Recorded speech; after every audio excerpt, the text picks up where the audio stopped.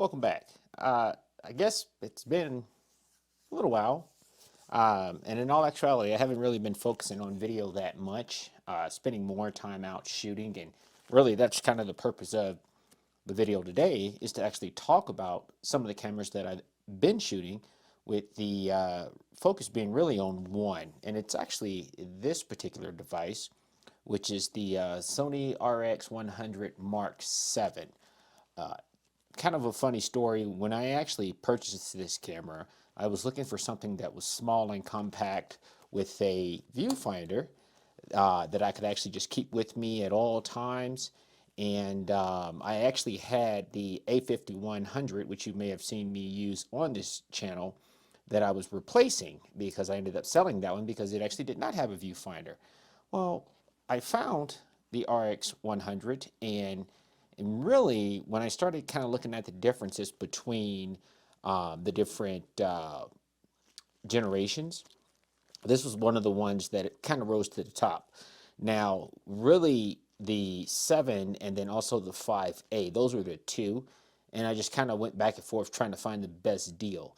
This one in particular was actually, in my opinion, a better deal than the 5As I kept finding that were actually in excellent condition, which, by the way, this camera is and then was back when I purchased it.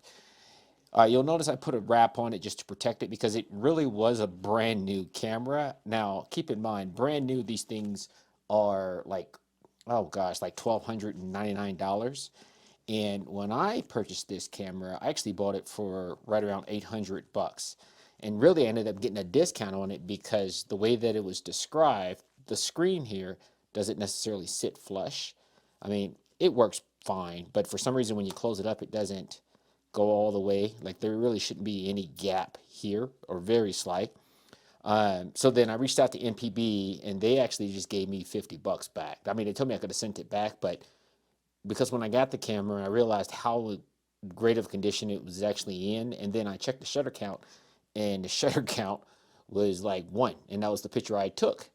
It was really hard for me to send the camera back for this one little thing, considering the price I paid for it.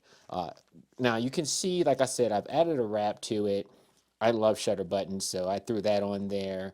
And then this device is actually so I could protect the lens. And the main reason for that is there's actually a clear glass that's actually in front of the camera.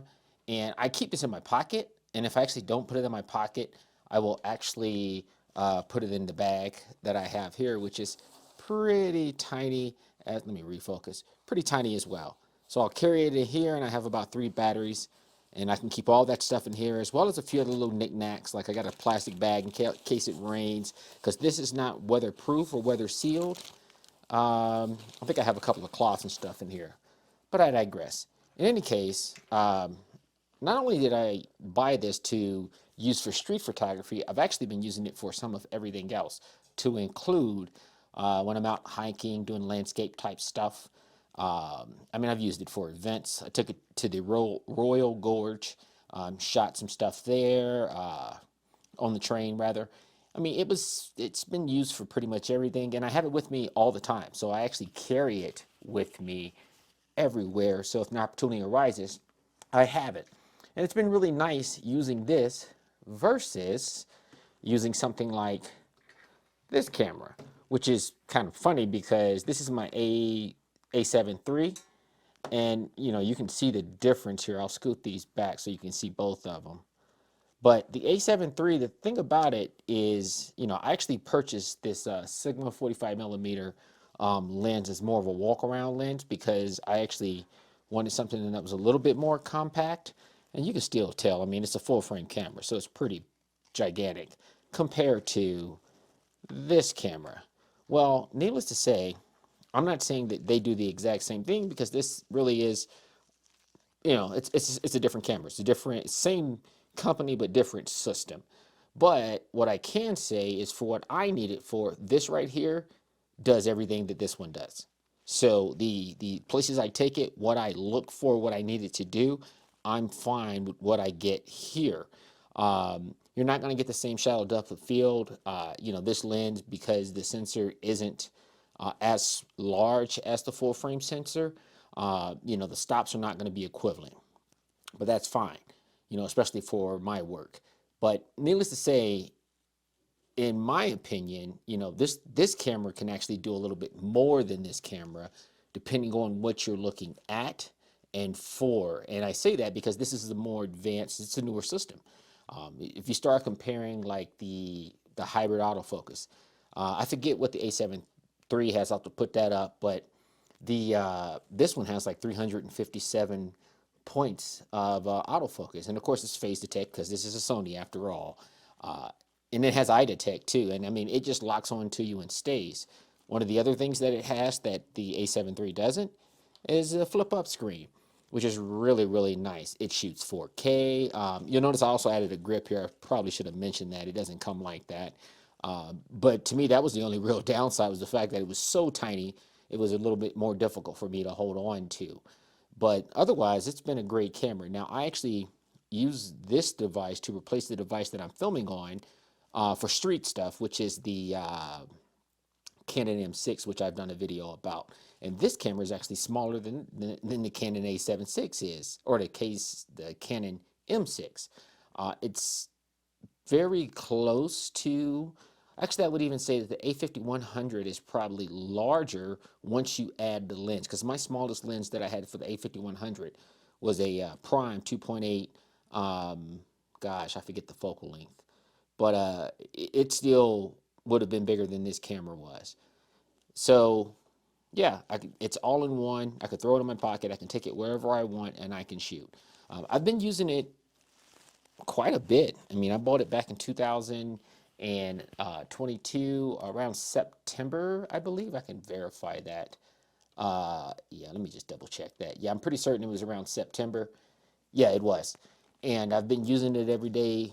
Well, not really every day, but a lot since. But this has been my primary camera because I've been doing a lot more street stuff.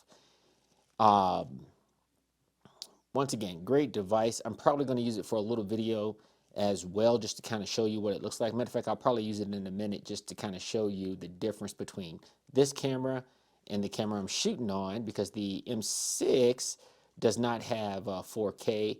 I'm actually shooting in 1080p right now. The other camera I've been carrying, believe it or not, I mean, it's not really a camera, but it's this. So this is your flip, Z Flip 4, and it does have a sensor on it. Matter of fact, let me just flip it up.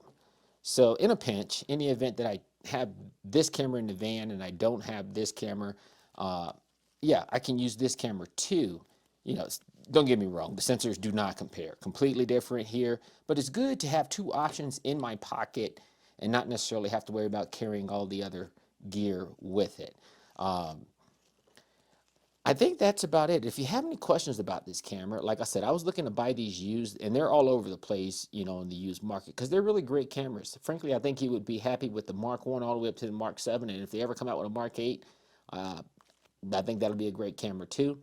This camera has a slightly longer focal length because versus the Mark 1 through 5, which has a 24 to 70, this camera actually has a 24 to 200 millimeter equivalent length on the Zeiss lens. So you can capture a lot of stuff, gives you a lot of options. If you got any questions, feel free, leave them down below. Click like, subscribe, and Agent Fit signing out.